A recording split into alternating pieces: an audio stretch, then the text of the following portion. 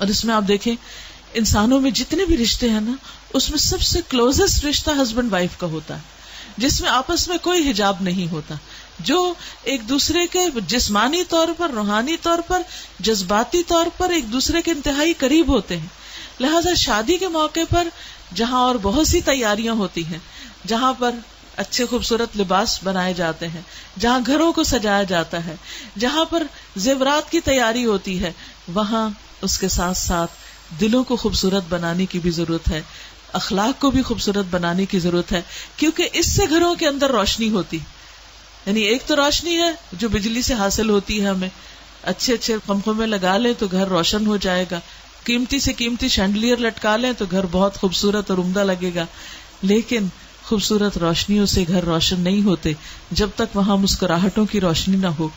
اور سب سے زیادہ مسکرانے کی ضرورت ہے انسان کو گھر کے اندر، شوہر کو بیوی کے سامنے اور بیوی کو شوہر کے سامنے.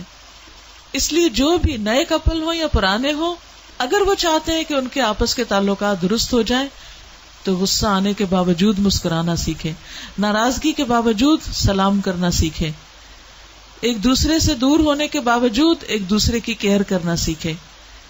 تو آپ دیکھیں گے کہ ادفع باللتی ہی احسن، جب تم کسی کی برائی کو احسن طریقے سے دور کرو.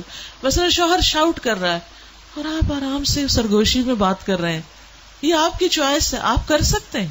آپ چاہیں تو اس سے بھی زیادہ اونچی آواز میں چلائیں، اور آپ چاہیں تو پیار سے آرام سے بات کر لیں. تو یہ ہے ادفع باللتی ہی احسن، اس طریقے سے جواب دینا جو زیادہ بہترین ہے.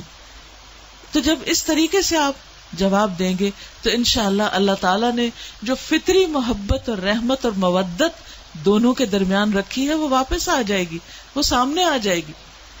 ہمارے غیظ و غضب اور ہمارے غصے اور ہماری غلط فہمیاں اور بدگمانیاں اور ناراضگیاں اور جیلسیز جو ہیں وہ اصل محبت کو سپریس کر دیتی ہیں، جبکہ اللہ سبحانہ وتعالیٰ نے یہ رشتہ بنایا ہی محبت کا. محبت انسان کی ضرورت ہے، محبت انسان کے لیے خوشی کا باعث ہے، اور محبت کے لیے ٹرسٹ کا ہونا ضروری ہے. اور ٹرسٹ میں کیا کہ اگر میں نے کوئی بات غصے میں کہہ بھی دی دوسرے کو تو وہ مائنڈ نہیں کرے گا، اور اس کا ثبوت دینا ہوگا کہ کوئی بات نہیں، معاف کرتے ہوئے دوسرے کو ایک وسعت دینی ہوگی کہ کوئی بات نہیں، مجھے پتا تھا آپ غصے میں تھے اس لیے آپ نے کہا، آپ ایسے ہیں نہیں. ہم اس کے برعکس رویہ اختیار کرتے نہیں، چونکہ آپ ایسے ہیں اس لیے مجھے آپ سے یہی توقع تھی کہ آپ ایسا ہی کریں گے. نہیں، بینیفٹ آف ڈاؤٹ بھی دے دیں. ہر انسان کے اندر خیر بھی ہوتی ہے، شر بھی ہوتی ہے، لیکن ہم عام طور پر شر کا ذکر تو ضرور کرتے ہیں، لیکن دوسرے کے اندر جو خیر ہوتی ہے اس کو مینشن کرنا بھول جاتے ہیں. تو اللہ سبحانہ وتعالیٰ نے میاں بیوی کا آپس کا جو رشتہ بنایا اس کے بارے میں ارشاد باری تعالیٰ ہے، وَمِنْ آيَاتِهِ أَنْ خَلَقَ لَكُم مِّنْ أَنفُسِكُمْ أَزْوَاجًا لِتَسْكُنُوا إِلَيْهَا وَجَعَلَ بَيْنَكُم مَّوَدَّةً وَرَحْمَةً إِنَّ فِي ذَلِكَ لَآيَاتٍ لِقَوْمٍ يَتَفَكَّرُونَ. اور اس کی نشانیوں میں سے ایک یہ ہے کہ اس نے تمہاری ہی جنس سے تمہارے لیے بیویاں پیدا کی تاکہ تم ان کے پاس سکون حاصل کرو.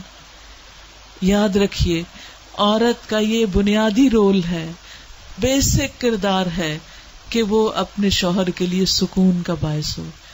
شوہر جب گھر آئے تو وہ اس کے لیے باہر کی ساری تھکاوٹوں اور فتنے فساد کو صاف کرنے کا ذریعہ بنے، اس کے لیے امن کا گوشوارہ بن جائے.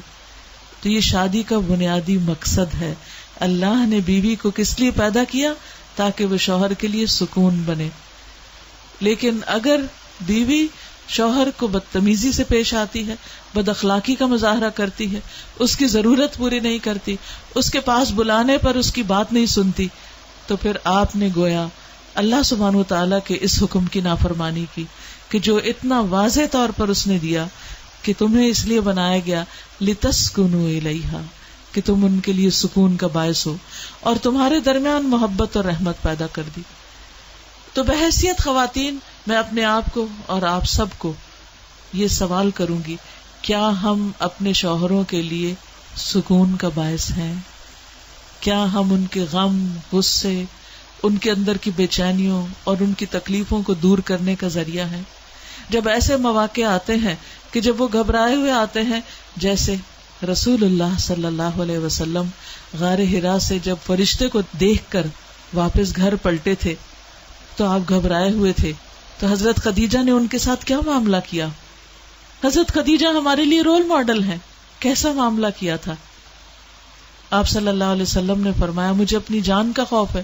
وہ کہتے ہیں کلا واللہ لا یخزیک اللہ ابدا، ہرگز نہیں، آپ بالکل نہیں ڈریے، اللہ آپ کو کبھی بھی رسوا نہیں کرے گا.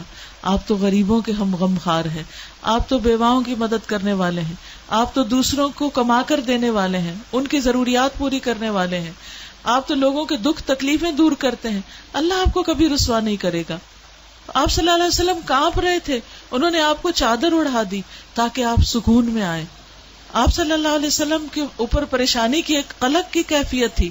حضرت خدیجہ ان کو اپنے امزاد کے پاس لے گئیں، اپنے کزن کے پاس لے گئیں تاکہ ان سے کچھ کاؤنسلنگ کروائیں اور ان سے بات چیت کروائیں اور ان کے ذریعے آپ صلی اللہ علیہ وسلم کا حوصلہ بڑھائیں. کیا ہم آج ایسی ہی بیویاں ہیں کہ جب ہمارے شوہر اس طرح پریشانی کی حالت میں گھروں کو لوٹے، کسی کاروباری پریشانی کی وجہ سے، کسی خاتون کے فتنے کی وجہ سے، کیونکہ آپ کو معلوم ہے کہ گھر کے باہر کتنا فتنہ ہے، کوئی سڑک خالی نہیں جہاں عورتوں کی تصویریں نہ ہوں، کوئی دفتر ادارہ خالی نہیں جہاں ہر طرح کی خوبصورت لڑکیاں نہ ہوں. جب شوہر سارا دن ایسے لوگوں اور ایسے ماحول کے بیچ میں سے ہو کر گھر لوٹیں تو ان کو کیسی بیوی چاہیے جو ان سب سے زیادہ کیئرنگ ہو، ان سب سے زیادہ اچھی ہو، ان سب سے زیادہ اپنے شوہر کا خیال رکھنے والی ہو.